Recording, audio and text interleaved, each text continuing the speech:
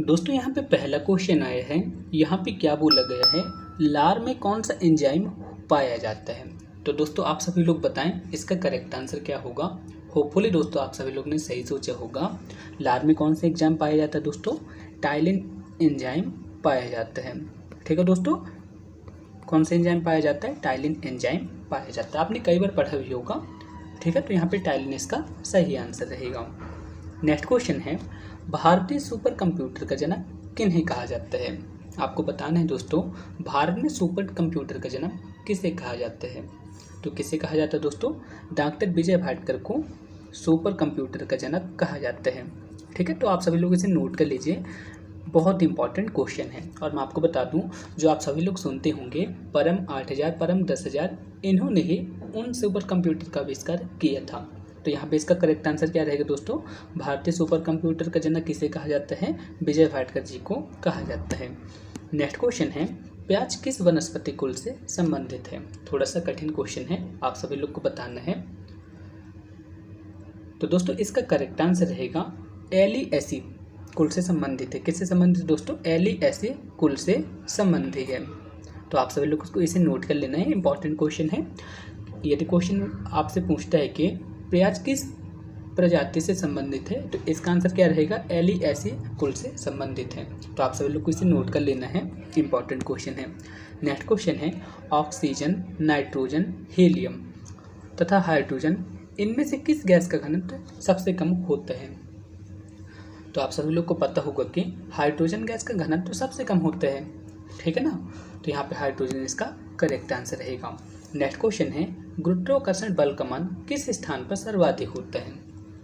तो आप सभी लोग थोड़ा सा सोचें दोस्तों, इंपॉर्टेंट क्वेश्चन है और आपने कई बार पढ़ा भी होगा। तो आपने सही सोचा, ध्रुवों पर गुरुत्वाकर्षण बल का मान सर्वाधिक होता है। तो आप सभी लोग को इसे नोट कर लेना है। दोस्तों इस वीडियो पे मैंने हिंदी और इंग्लिश दोनों प्रकार के लैंग्वेज का यूज किया है। तो यदि आप हिंदी मीडियम से हैं तो मैं यहाँ पे आपको लिख के बता देता हूँ, और जो इंग्लिश मीडियम पे है तो वहाँ पे मैंने इसका आंसर पहले से ही दे रखा है, तो आप वहाँ पे भी देख सकते हैं, आपको किसी भी तरह की प्रॉब्लम नहीं आएगी। अब नेक्स्ट क्वेश्चन है, किसी वस्तु को पानी में डुबोया जाता है तो उसका वजन क्यों कम लगता है। तो इसके आंसर को सबसे पहले आप सभी लोग बताएं दोस्तों, इसका आंसर क्या होगा। तो दोस्तों आपने बिल्कुल सही सोचा, आर्किमिडीज का उत्प्लावक बल के कारण।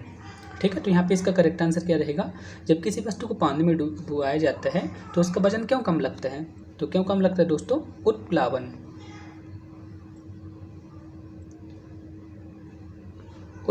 बल के कारण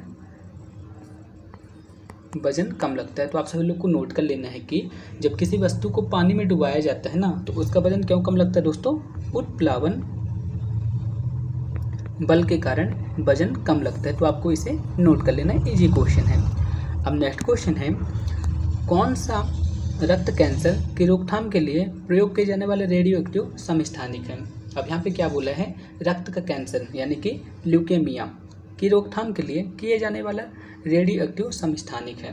तो इसका करेक्ट आंसर क्या रहेगा दोस्तों, कोबाल्ट 60।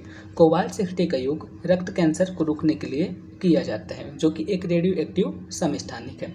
तो आपको इसे नोट कर लेना है, इंपॉर्टेंट है।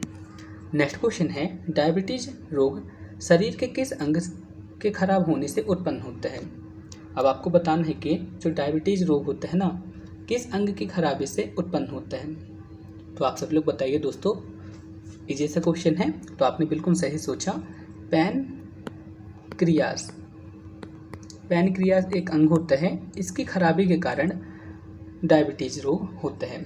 ठीक है, और डायबिटीज किसकी कमी के कारण होता है, इंसुलिन के कारण होता है। आप सभी लोग को इसे भी नोट कर लेना है। नेक्स्ट क्वेश्चन है, कौन सी धातु विटामिन 12 में पाई जाती है। तो विटामिन 12 में कौन सी धातु पाई जाती है दोस्तों, कोबाल्ट धातु पाई जाती है। तो आप सभी लोग इसे देख लीजिए दोस्तों, कौन सी धातु पाई जाती है, कोबाल्ट धातु पाई जाती है।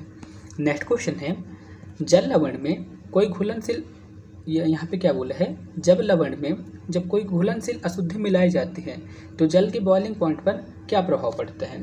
यहाँ पे क्या बोला है, जब कोई जल के लवण में कोई घुलनशील अशुद्धि मिलाई जाती है तो उसके बॉइलिंग पॉइंट पर क्या प्रभाव पड़ता है। तो इसका करेक्ट आंसर क्या रहेगा दोस्तों, उसका बॉइलिंग पॉइंट बढ़ जाता है। तो आप सभी लोग इसे नोट कर लेना है, क्या हो जाता है, बढ़ जाता है। ठीक है ना।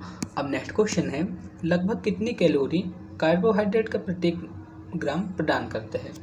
अब यहाँ पे क्या बोला है, कार्बोहाइड्रेट का प्रत्येक ग्राम कितनी कैलोरी प्रदान करता है। तो कितनी कैलोरी प्रदान करता है दोस्तों, 4 कैलोरी प्रदान करता है। आपको इसे नोट कर लेना है, यानी कि कार्बोहाइड्रेट का 1 ग्राम 4 कैलोरी प्रदान करता है। तो आपको इसे नोट कर लेना है। नेक्स्ट क्वेश्चन है, हृदय पेशियों को किस धमनी के द्वारा रक्त पहुंचाया जाता है। तो आपको बताना है कि दोस्तों हृदय जो पेशियां होती हैं उस पे रक्त किस धमनी के द्वारा पहुंचाया जाता है, यहाँ पे यही पूछा गया था।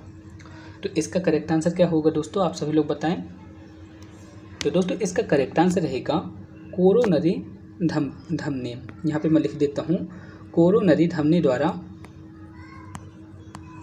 हृदय पेशियों को रक्त पहुंचाया जाता है। तो आपको इसे नोट कर लेना है। यहाँ पे धमनी रहेगा दोस्तों, मैं यहाँ पे गलत लिख दिया, यहाँ पे क्या रहेगा, धमनी द्वारा रक्त पहुंचाया जाता है। एक बार इस क्वेश्चन को फिर से देख लेते हैं। क्वेश्चन पे क्या बोला है, हृदय पेशियों को किस धमनी द्वारा रक्त पहुंचाया जाता है। तो मैं आपको बता दूं, कोरोनरी धमनी द्वारा रक्त पहुंचाया जाता है। नेक्स्ट क्वेश्चन है, वर्षा ऋतु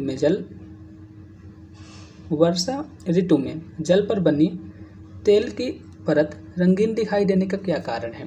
यहाँ पे क्या बोला है, जब वर्षा होती है तो उस पर तेल की परत रंगीन क्यों दिखाई देती है, किसके कारण दिखाई देती है, क्वेश्चन पे यह पूछा गया है।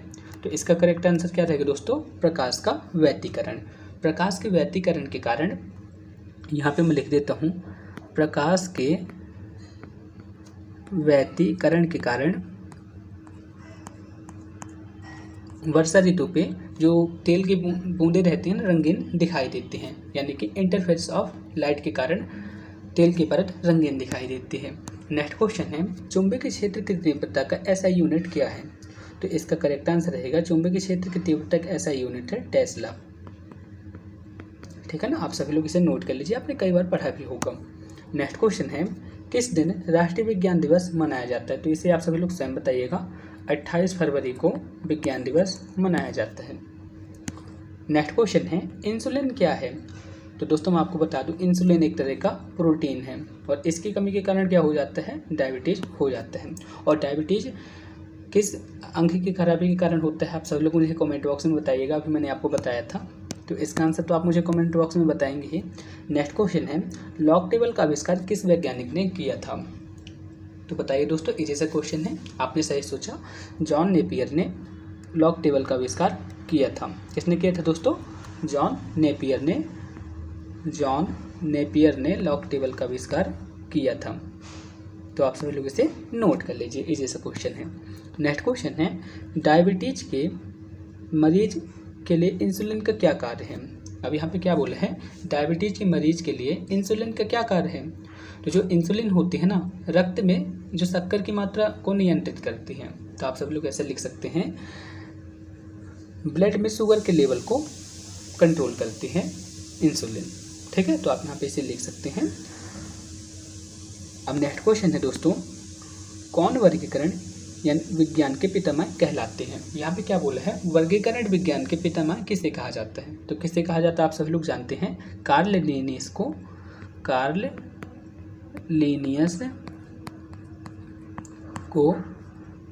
वर्गीकरण विज्ञान का पितामह कहा जाता है। तो आप सभी लोग को पता भी होगा। नेक्स्ट क्वेश्चन है, टेफ्लॉन किस एकलक का बहुलक है। यहाँ पे क्या बोला है, टेफ्लॉन किस एकलक का बहुलक है। तो आप सभी लोग बताइए दोस्तों। यदि आपने लुसेंट की बुक को पढ़ा होगा तो इसके आंसर को तो आप सही देंगे। तो आपने सही सोचा दोस्तों, टेट्राफ्लोरो एथिलीन। तो टेफ्लॉन किसका एकलक है दोस्तों, टेट्राफ्लोरो एथिलीन का बहुलक है। तो आप सभी लोग इसे नोट कर लीजिए दोस्तों। अब यहाँ पे नेक्स्ट क्वेश्चन है, इस क्वेश्चन पे क्या बोला है, विंडोज ऑपरेटिंग सिस्टम किस कंपनी का है। तो आपने बिल्कुल सही सोचा, जो विंडोज ऑपरेटिंग सिस्टम होता है ना, माइक्रोसॉफ्ट कंपनी का होता है। तो आप सभी लोग इसे देख लीजिए। नेक्स्ट क्वेश्चन है, एंटमोलॉजी किसका अध्ययन है। यहाँ पे क्या बोला है, एंटमोलॉजी किसका अध्ययन है। तो किसका अध्ययन है दोस्तों, कीटाणुओं का है। तो मैं यहाँ पे लिख देता हूँ, कीटाणुओं के अध्ययन को आप एंटमोलॉजी कहते हैं। तो आप सभी लोग इसे नोट कर सकते हैं। नेक्स्ट क्वेश्चन है, जूल किस भौतिक राशि का मात्रक है। किसका मात्रक है दोस्तों? कार का SI मात्रक क्या होता है? जूल होता है। नेक्स्ट क्वेश्चन है, ल्यूकेमिया की रोकथाम में प्रयोग किए जाने वाले रेडियो एक्टिव समस्थानिक कौन है? तो इसके आंसर को मैंने अभी बताया था। ल्यूकेमिया यानी कि रक्त कैंसर के समय किस रेडियो एक्टिव समस्थानिक का यूज किया जाता है? कोबाल्ट 60 का यूज किया जाता है। नेक्स्ट क्वेश्चन है, सफ़ेद प्रकाश के प्रिज्म से गुजारने पर 7 विभिन्न रंगों में विभक्त होने की परिघटना क्या कहलाती है? अब यहाँ पे क्या बोला है, सफ़ेद प्रकाश को प्रिज्म से गुजारने पर जब वो 7 रंगों में विभक्त हो जाता है ना, उस घटना को अपन क्या कहते हैं? तो क्या कहते हैं दोस्तों, आप सभी लोग बताएं। वर्ण विक्षेपण कहते हैं। तो मैं यहाँ पे लिख देता हूँ, वर्ण विक्षेपण कहलाता है। विक्षेपण मैं यहाँ पे फिर से लिख देता हूँ, वर्ण विक्षेपण कहलाता है। यहाँ पे क्वेश्चन पे क्या बोला था, सिंपल लैंग्वेज पे, जब अपन प्रिज्म से सफ़ेद प्रकाश को गुजारते हैं तो सफ़ेद प्रकाश 7 विभिन्न रंगों में विभक्त हो जाता है। तो इस घटना को अपन क्या कहते हैं? आपने सही सोचा, वर्ण विक्षेपण कहते हैं। तो दोस्तों बस इस वीडियो पे सिर्फ इतना ही था। यदि आप इस चैनल पे पहली बार आए हैं तो आप प्लीज़ चैनल को सब्सक्राइब कीजिए, अपने दोस्तों में भी शेयर कीजिए। ठीक है दोस्तों, तो फिर मिलते हैं नेक्स्ट वीडियो पे। तब तक के लिए थैंक यू।